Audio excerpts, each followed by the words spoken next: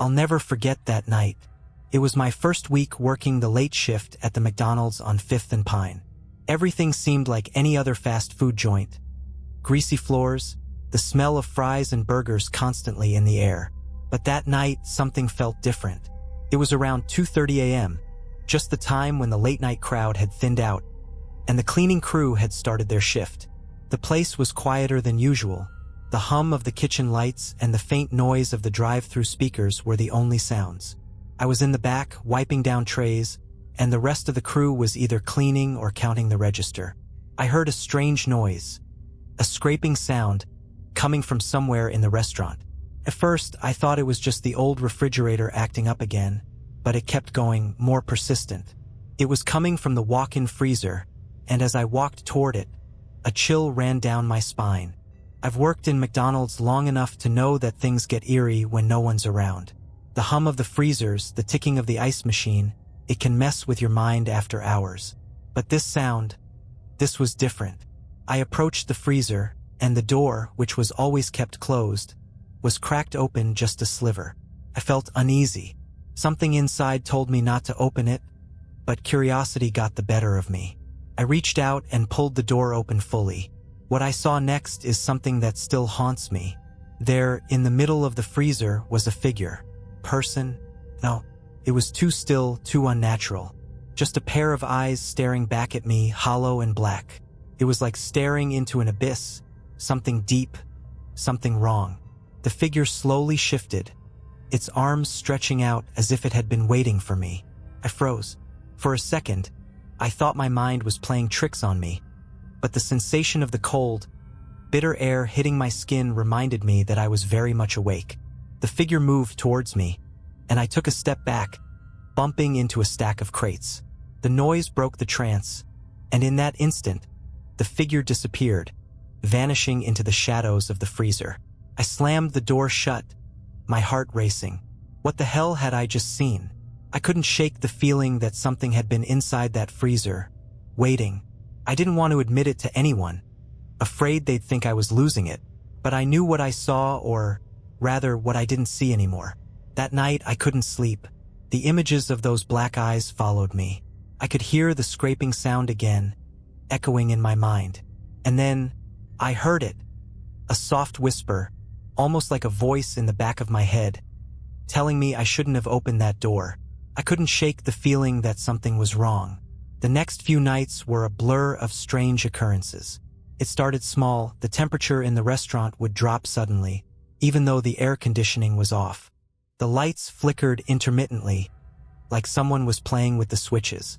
And there was that sound again, the scraping noise, as if something was dragging itself across the floor, just beyond the reach of the light. But it wasn't until the third night that I realized it wasn't just my mind playing tricks on me. I was assigned the midnight to 4 a.m. shift, and we were short-staffed that night. It was just me, Tom, the night manager, and Claire, the cleaning crew lead. By this time, we had all gotten used to the weirdness, but no one dared to speak of it. The last thing we wanted was to be labeled as paranoid, especially in a place like McDonald's. But the unease hung in the air like a thick fog. Around 3 a.m., Claire went to the back to take care of the trash. Tom was in the office counting the drawer. I was stationed near the front, near the lobby, minding the counter when I heard the scraping sound again. But this time, it was louder, sharper, and unmistakable. I froze.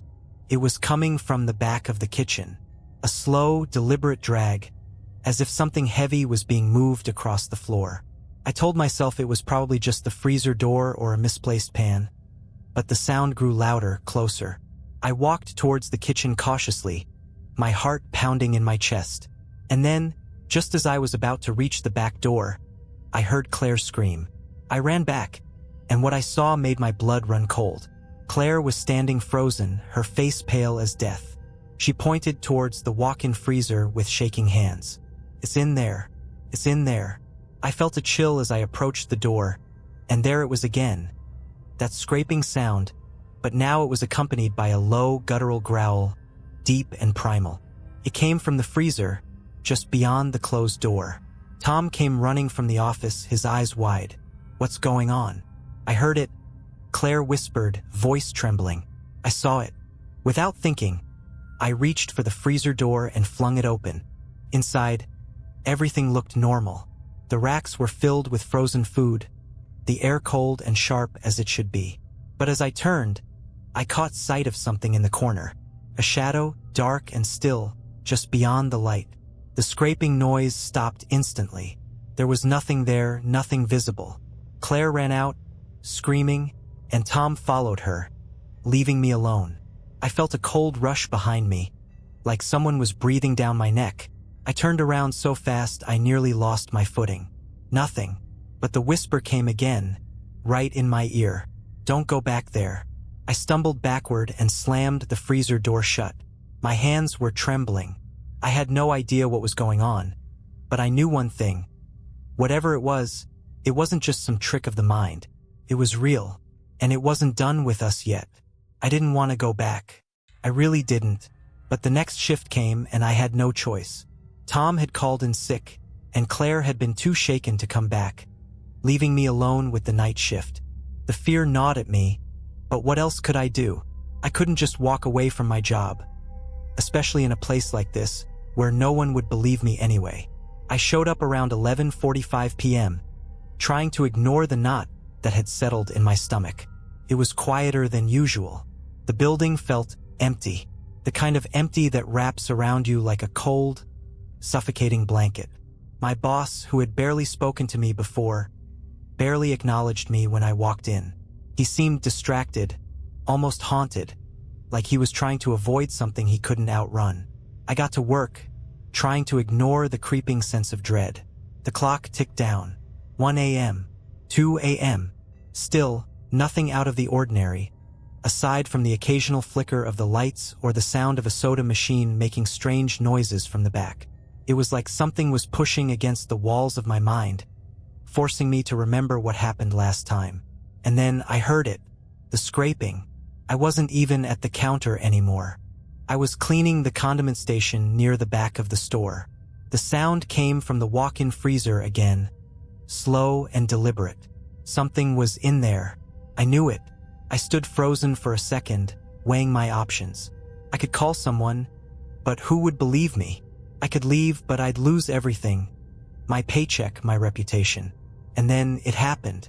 The freezer door, which had always been shut tight, began to creak open on its own. I felt my heart slam into my chest as I stepped toward it. Every instinct in me screamed to run, to escape. But I had to know. I had to see it for myself. The door was halfway open when I pushed it the rest of the way, and what I saw made my vision swim. The freezer was full of movement. There were shadows in the corners, figures shifting, but none of them were human. There were faces, distorted, melted faces with hollow eyes staring at me. The figures were tall, their limbs stretched unnaturally long, dragging themselves across the floor, their hands scraping the cold concrete. I couldn't make sense of it. One moment they were there, the next they were gone, leaving behind the scent of something rotting, something dead. And then I saw it. One of the figures, its face twisted into something that could barely be called a human expression, stepped toward me, its eyes locked onto mine. Its mouth opened, revealing teeth that were too long, too sharp. It reached out, its fingers twisting unnaturally as it extended its hand toward me. I wanted to scream, to run, but I was paralyzed. My breath caught in my throat, my limbs refusing to move. It whispered in a voice that wasn't human. You shouldn't have come back. Suddenly, the lights above me went out, and the freezer door slammed shut on its own. I stumbled backward, gasping for air, and when the lights flickered back on, everything was normal again. The freezer was empty. The kitchen was quiet. I didn't know what was real anymore. I bolted out of the store, leaving my apron and my dignity behind. I had to get away. I couldn't explain what had happened. No one would believe me. I was shaking, my heart still racing in my chest, and the only thing I could think about was the look in those eyes. It wasn't over. I knew that. It had been a week since I walked out of that McDonald's. I tried to move on, tried to forget what happened, but you can't unsee something like that. Those eyes, that voice, the chilling feeling of being watched. It was like it was burned into my soul. I tried to explain it away. Maybe I had been overworked, stressed out, or just seeing things. I even told myself it wasn't real, that it was just a figment of my imagination. But deep down, I knew it wasn't. Couldn't be. Then came the call. It was from Tom. "Hey, you okay?" he asked, his voice shaky, almost nervous. About the place. Last week. "I need to talk to you." I didn't want to go back, but something in his voice told me I didn't have a choice. I agreed to meet him at a diner the next morning, and when I showed up, I could see it on his face, the same fear I had felt. "I saw it too," he said, his voice barely above a whisper. "I don't know what it is, but it's real. I swear to God, I saw it. The thing in the freezer. It was watching me." I felt a cold chill run down my spine. "What the hell is going on, Tom?" He rubbed his face, looking exhausted. "I thought I was losing my mind, but I swear I saw the same thing you did. Those figures, the scraping sound, the whispers. I thought I was just imagining it too. But it's not just us. I've heard things from other staff too. People who've been there for years, they're scared to even set foot in the place at night." I stared at him, my mind racing. "So, what are we supposed to do? Just ignore it? Pretend it's not happening?" Tom shook his head, his eyes filled with terror. "No, it's getting worse. People are disappearing. You remember Kelly, the girl who worked drive-through last year? She vanished. No one knows where she went. And it's not just her. This happened to others too. I think whatever's in that store is getting stronger. It's coming for all of us." I felt my stomach drop. "So what do? We have to go back," he said, his voice low. "We have to face it. We can't just keep running. It's not going away." I didn't want to go back. I really didn't. But I couldn't just walk away from it either. I knew Tom was right. Whatever it was, it wouldn't stop until we confronted it. And so we made our plan. We would go back to the McDonald's after hours, together, and face whatever was haunting that place. We would go into the freezer, confront whatever was behind those eyes. But as we walked toward the building that night, a strange feeling washed over me. The place looked different in the dark, quieter, emptier, like it was waiting for us. There were no lights on in the restaurant, even though we were supposed to meet the cleaning crew at midnight. We entered, the door creaking loudly as if it hadn't been opened in years. The air inside was cold, too cold, even for a McDonald's fridge. Tom and I moved cautiously toward the back, past the kitchen, past the freezer. But as we approached the door, I heard it. The scraping. The freezer door was open. I felt the bile rise in my throat. My hands shook, and every instinct in me screamed to turn and run. But we had come this far. I stepped forward and pushed the door open.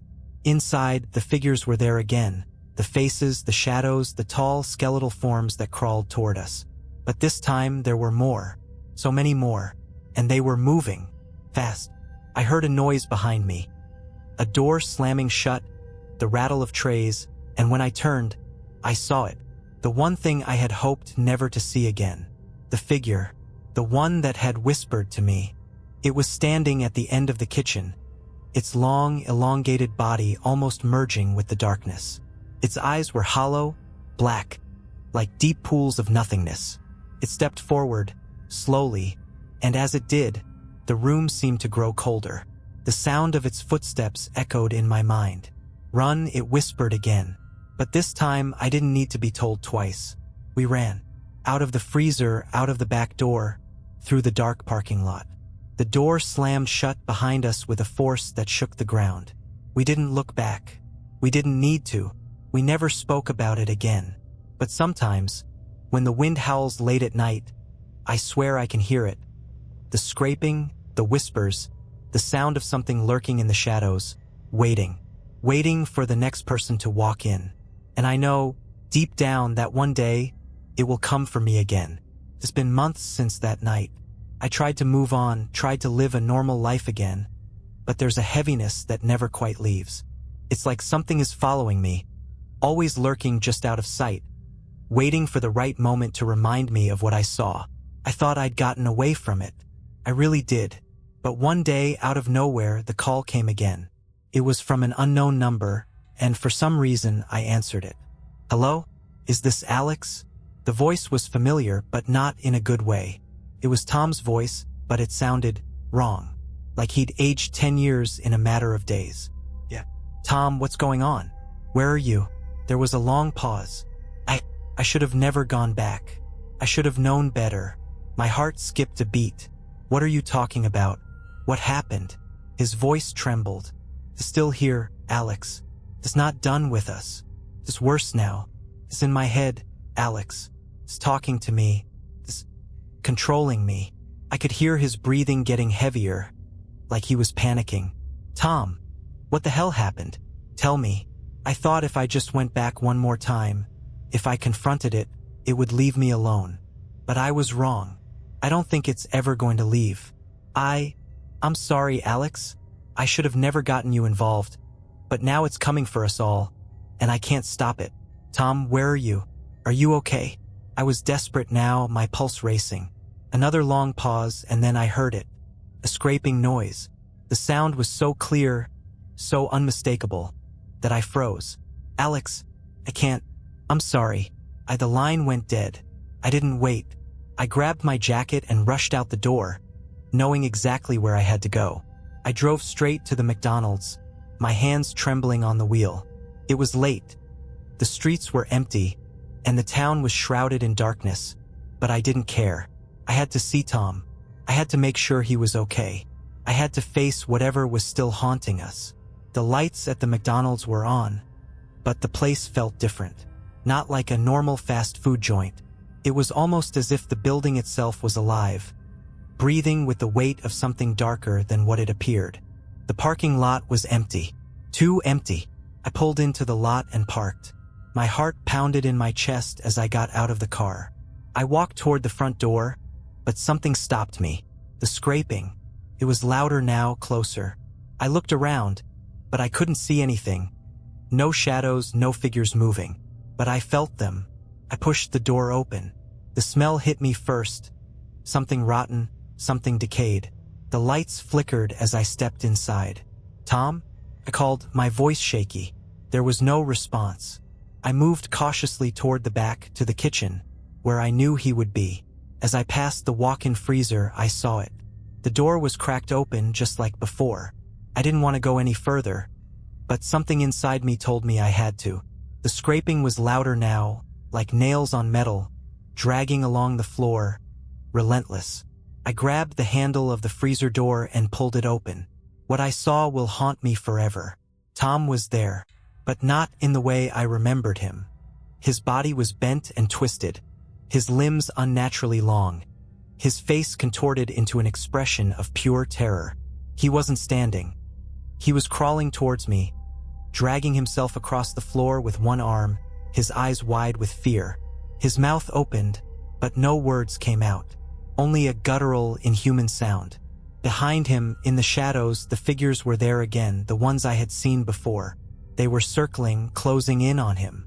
The scraping grew louder, more frantic. The sound of bones grinding against metal echoed through the freezer. I backed away slowly, but it was too late. The door slammed shut behind me. The freezer door locked on its own. I tried to breathe, but it was like the air had been sucked out of the room. The figures were all around me now, their eyes glowing in the dark, their elongated hands reaching out, their bodies twisted into grotesque shapes. And then, I heard the whisper again, but this time it wasn't in my ear. It was everywhere, inside my mind. "Welcome back." I tried to scream, but no sound came out.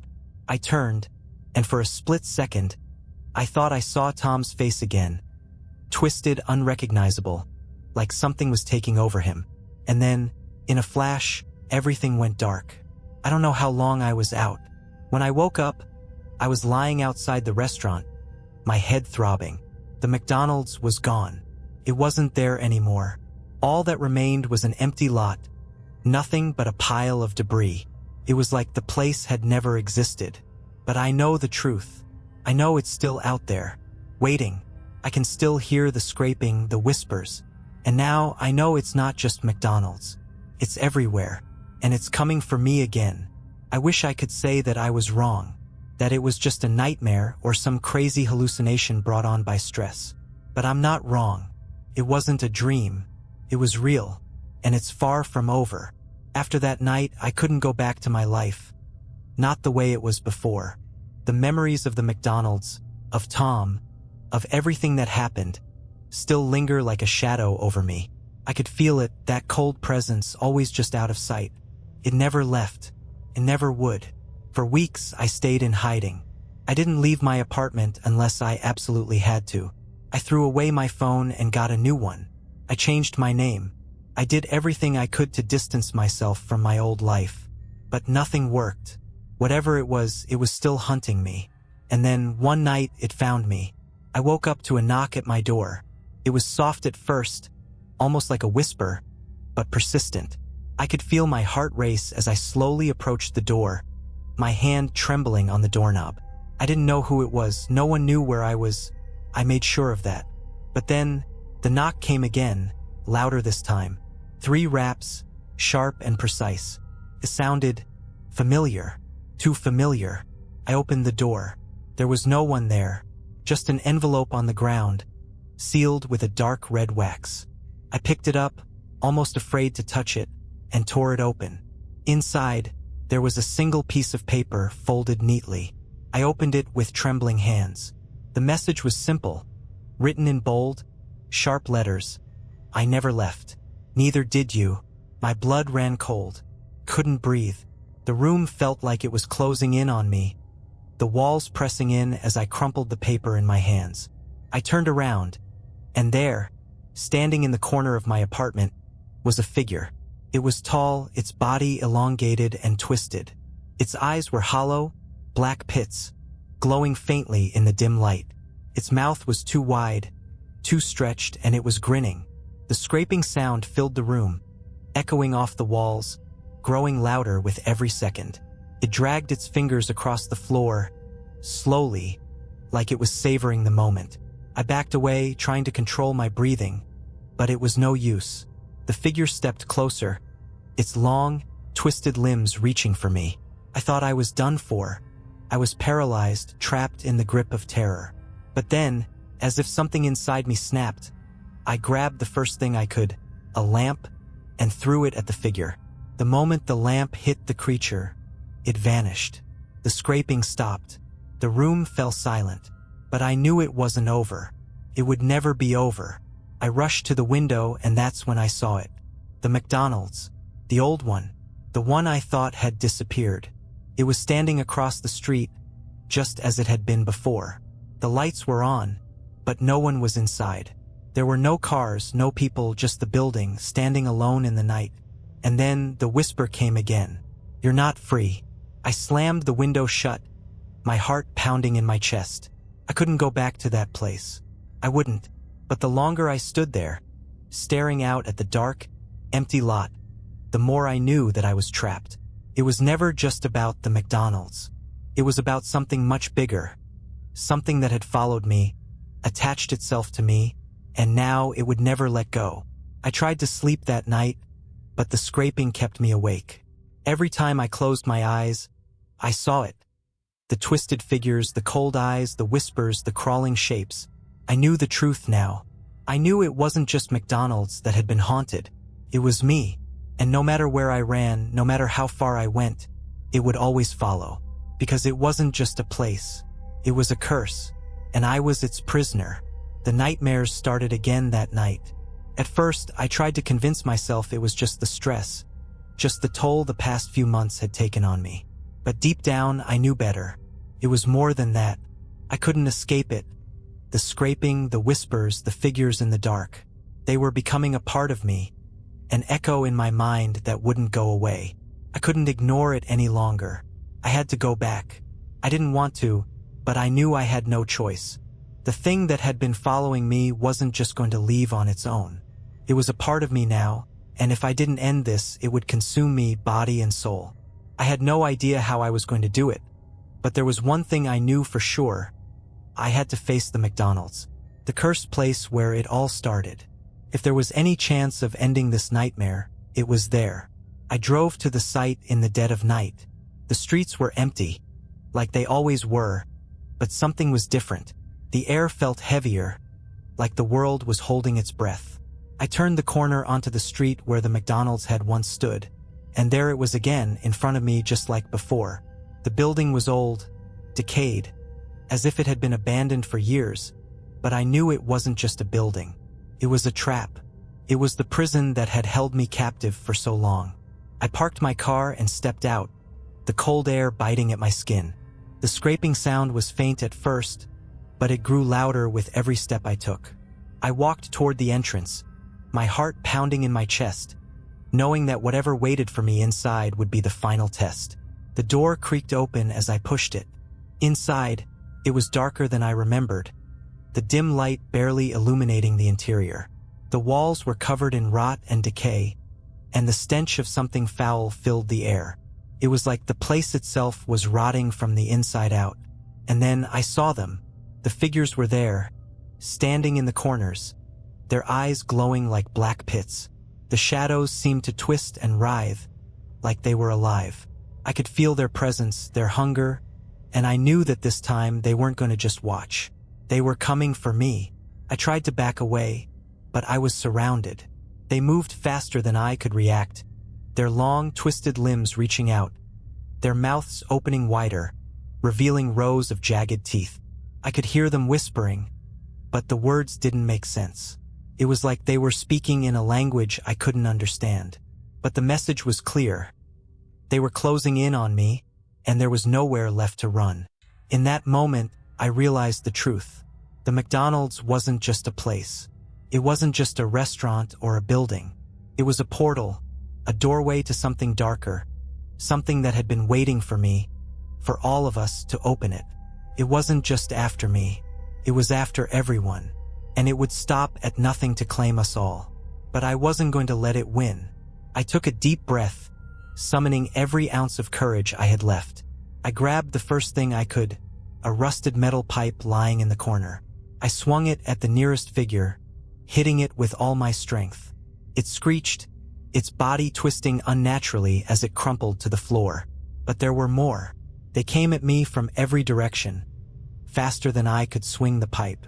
I fought back, but I knew I couldn't keep this up forever. My strength was fading, and the figures just kept coming. Then I saw it. In the center of the room, where the drive-through window used to be, a door appeared, an old wooden door covered in strange symbols. It was glowing with an eerie light, and I knew, deep down, that this was it. This was the source, the heart of the nightmare. I didn't think. I ran toward it. The figures screeched as they followed me, but I didn't look back. I reached the door, my hands shaking as I grabbed the handle. It was cold, like touching ice, but I didn't hesitate. I pulled the door open, and everything went silent. For a moment, I thought I was dead. I thought I'd entered some kind of hell. But then I realized the truth. I was still here. I stepped through the door, and everything around me shifted. The McDonald's, the figures, the scraping, the whispers, it all vanished. I was standing in an empty space, an abyss of pure black. The only light came from the glowing door behind me. The scraping started again, but this time it was distant, far away, fading. I stood there, my heart still racing, but I knew something had changed. The curse, the nightmare, had finally been severed. I had broken through the portal, escaped whatever darkness had been following me. I wasn't sure how long I stood there. Time didn't seem to matter in that place. But eventually, I turned away from the door, my mind clearing for the first time in months. I didn't look back. I stepped forward, and the darkness consumed me. But this time, it didn't feel like the end. It felt like freedom. I thought I had escaped. I thought I had freed myself from the endless nightmare. I was wrong. When I first stepped through that door and into the darkness, I felt an overwhelming sense of release. Like I had shed a skin that was suffocating me. Like I had finally put an end to the relentless terror that had consumed me for so long. But as I walked deeper into the darkness, something began to change. The air grew thicker, heavier. It wasn't cold, but it was oppressive, like being submerged in deep water, unable to breathe. I tried to move forward, but the ground beneath my feet felt unstable. as if it wasn't truly solid.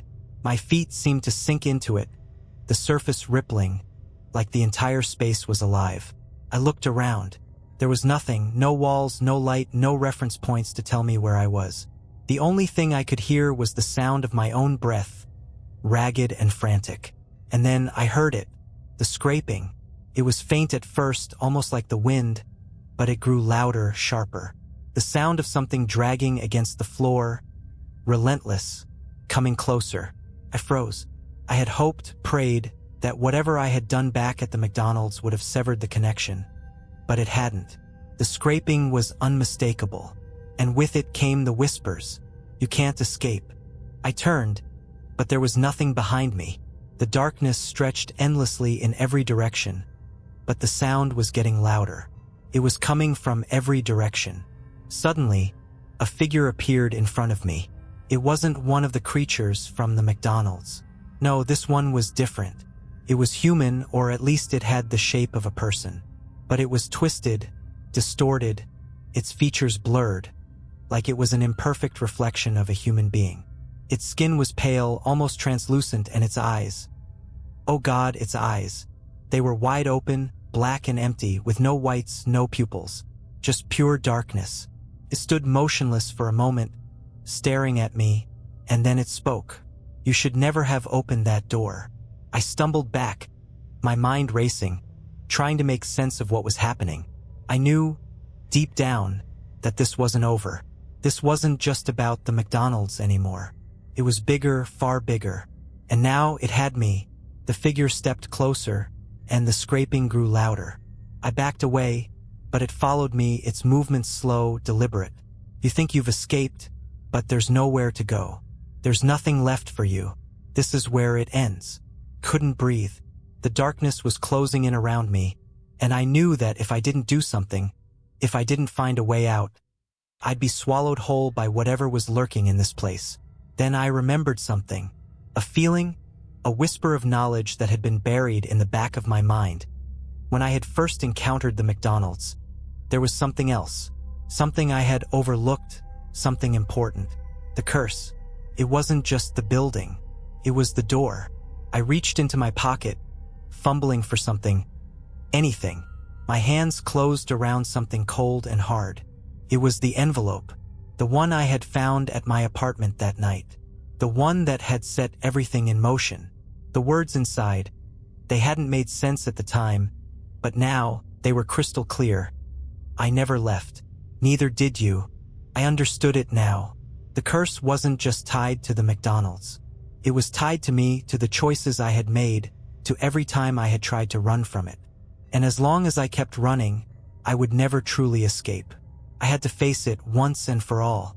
The figure was right in front of me now, its black eyes locked onto mine, its smile widening. But I didn't flinch. I didn't step back. I raised the envelope, holding it out toward the figure. I'm not afraid of you. For a moment, nothing happened. The figure just stared at me, its face blank, almost confused. And then it screamed, a sound so sharp, so piercing, that I thought my eardrums would burst. It recoiled, and the darkness around me seemed to recoil with it, as if the very fabric of this place was tearing apart. I pushed forward, stepping into the blackness, focusing on the envelope, on the words I had read. The figure continued to scream, but its voice was fading, growing distant. I could hear it, the scraping, the whispers, all of it, fading, as if it was retreating into the distance. I kept walking, one step after another, not stopping, not turning around. I didn't know what was happening or how, but I felt the weight of the curse lifting, like a veil being torn away from my eyes. And then, just as suddenly as it had started, everything went silent. I opened my eyes. I was standing in a field. The sky was clear, the air was fresh, and I could hear birds chirping in the distance. The sun was rising, casting golden light over the landscape. It was beautiful, peaceful. I wasn't sure if I was alive anymore, if this was reality or if I had somehow crossed into another plane. But for the first time in what felt like years, I didn't feel the scrape of fear dragging at me. I didn't hear the whispers. I took a deep breath. I was free, for real this time, But there was still one question I couldn't answer. Was it over? Or was I just being lulled into thinking I had one? The wind picked up, and in the distance, I thought I saw something. A shadow. The scrape. It wasn't gone. And it was waiting for me. I thought I was free. The sun was shining brightly now, the sky clear, the world around me peaceful. A stark contrast to the darkness I had come from. I stood there in the field, my heart still racing, not quite sure whether I was dreaming or alive. The air smelled fresh, the grass under my feet was soft and warm, and for the first time in months, I felt safe. But that sense of safety was fleeting. I could hear it again, faint at first, but unmistakable. The scraping. It started softly, like it was far away, like it was buried beneath the surface. But as the seconds ticked by, it grew louder, sharper. It wasn't just in my ears now. It was in my bones, vibrating through me. The air around me shifted, growing heavier, colder. I spun around, searching for the source. The sky, the trees, the grass. Everything looked perfectly ordinary. Yet that scraping sound was undeniable. I closed my eyes and clenched my fists, trying to calm my breath. This is not real, I whispered to myself. This is not real. But when I opened my eyes, the field had changed. The sky was no longer blue. It was dark, overcast, the clouds swirling, gathering into a thick, oppressive mass. The ground beneath me seemed to shift, the earth pulling away from my feet like a sinking ship. I felt the cold fingers of something unseen brushing against my skin. The scraping was getting louder. I looked around, panic creeping up my spine. The field, the peaceful, open field, was fading, crumbling around me. The world was being consumed by darkness, and that scraping sound, it was growing closer, relentless, as if it were coming from the very ground beneath me. I staggered backward, my breath shallow, my mind racing. No, I gasped. No, no, no. And then, just as quickly as the transformation had begun, I saw it. The McDonald's. It stood there, impossibly large, rising out of the ground like a monument of horror. Its broken windows glowed with an eerie light. The door creaked open as if inviting me in. I had been here before. The figures, the creatures, the whispers, they were waiting for me, too. I tried to turn and run, but it was too late. The darkness had already swallowed me. The ground beneath my feet was no longer solid. I was falling, sinking into a void, my screams swallowed by the air around me. And then I landed, but I didn't hit the ground. I fell into something softer, a thick fog of darkness that surrounded me, wrapping itself around me like a blanket. The scraping was now deafening, the sound reverberating through my skull, blurring the edges of my vision. I was back at the McDonald's, but it wasn't the place I remembered. It was twisted, warped, distorted. The walls were bent, the floors cracked. The lights flickered, casting strange, sickly shadows across the room. And the figures, those things that had haunted me, stood in the corners once more, watching, waiting. I could feel them closing in. Why? I whispered, my voice shaking. Why won't you leave me alone? A figure in the corner stepped forward, its eyes glowing with that same emptiness. It grinned, revealing a mouth full of jagged, broken teeth. You can never leave, it whispered, its voice hollow and cold. You were chosen. You will always return. The scrape never ends. I backed away, my hands trembling, my heart thundering in my chest. The door, the one that had once led to freedom, stood in front of me. But it wasn't just a door anymore. It was a portal, a gate to this endless, nightmarish place. I reached for it, desperate to escape.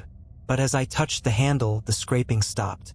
I felt it then, a presence cold and powerful, behind me. I turned slowly, my breath catching in my throat. There, standing in the middle of the room, was it. The one I had seen all those months ago. The thing that had started it all. Its form was tall, twisted, a shadow of something human. Its limbs stretched and coiled, its face hollow and unnaturally wide, its eyes dark voids of emptiness. Its smile was a grotesque stretch of flesh, an open maw that seemed to swallow the room whole. And in that moment, I realized what I had feared all along. It was never the McDonald's. It was never just the place. It was me. I had opened the door. I had invited it in.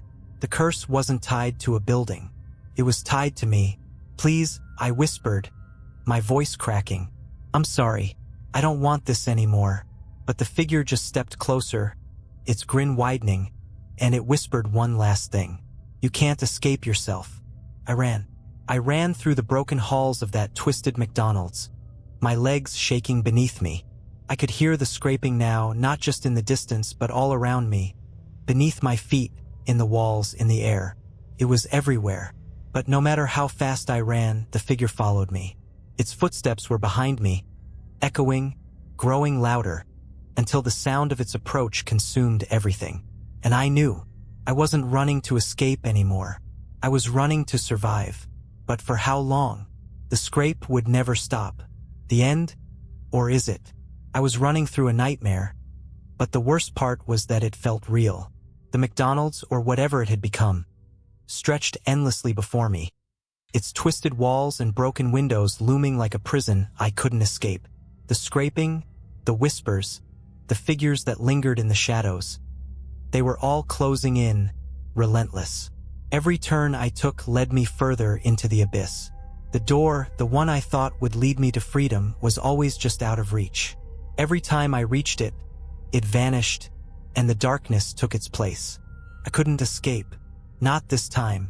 The figure was behind me now. I could feel its presence, its cold, suffocating weight pressing down on me, like I was being drawn into its gravity. It had no face, no voice, just a shape, a twisting silhouette in the shadows. But I could feel it watching me. I could feel it laughing at my desperation. My heart was pounding in my chest. My breath came in shallow gasps. I couldn't keep running. I was exhausted. And yet, I knew there was only one way out. There had to be one way out. There was always a door. And then I saw it. A door standing alone at the end of the hall, untouched by the decay around it. Its surface was smooth and clean, glowing faintly with an eerie light. This was it, the final door. The one that would lead me out. The one that would end it. I ran toward it, ignoring the figures that reached for me, their hands grazing my skin like cold fire. The scraping sound was deafening now, the walls closing in on me, threatening to crush me. But I kept going. I had to get to that door. I reached it and grabbed the handle. It was ice cold.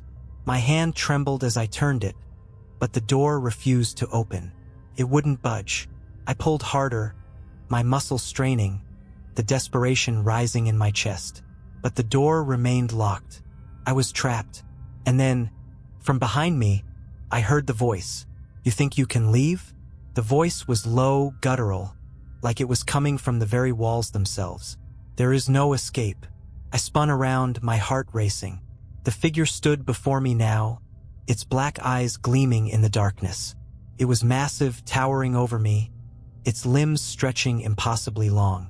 Its mouth opened, revealing rows of jagged teeth that gleamed in the dim light.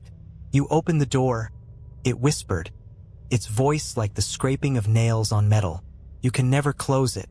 I backed away, panic rising in my chest. But as I turned back to the door, something inside me shifted. I understood. I knew now what had been haunting me all this time. It wasn't just about the McDonald's. It was about the choices I made. It was about the door I had opened, the one I couldn't shut. The curse wasn't just a thing that followed me, it was me. It was my fear, my guilt, my inability to let go. And I knew what I had to do. I took a deep breath and I let go. The door in front of me was still locked, but I stopped fighting. I stopped running. I closed my eyes and I focused. I focused on the fear, the rage, the regret that had been eating at me for so long. I felt it all rise within me, the emotions that had kept me trapped in this endless cycle. And then I let it all go. I stepped back from the door. I let go of the need to escape, of the desire to run, of the fear that had driven me to madness. And in that moment, the door opened. It wasn't a physical door. It was a door within me, a door I had been keeping locked for so long. The figure before me shrieked, its form twisting, contorting, as if it couldn't hold itself together anymore. The scraping noise reached a deafening crescendo, and for the first time, it wasn't a sound of torment. It was a sound of release. The darkness around me began to fade, crumbling away like dust in the wind. The figures, the whispers, the nightmare. They all dissolved into nothingness, leaving only silence. I stood there, in the emptiness, breathing deeply, the weight lifting from my chest. For the first time in years, I felt truly free. I had finally closed the door. The McDonald's, the curse, the scraping, they were gone. They had always been a part of me, a reflection of my fears, my regrets. But now I understood. Now I had the power to let go. And with that, I walked away, no longer a prisoner, no longer haunted. I stepped into the light, and the door behind me closed forever.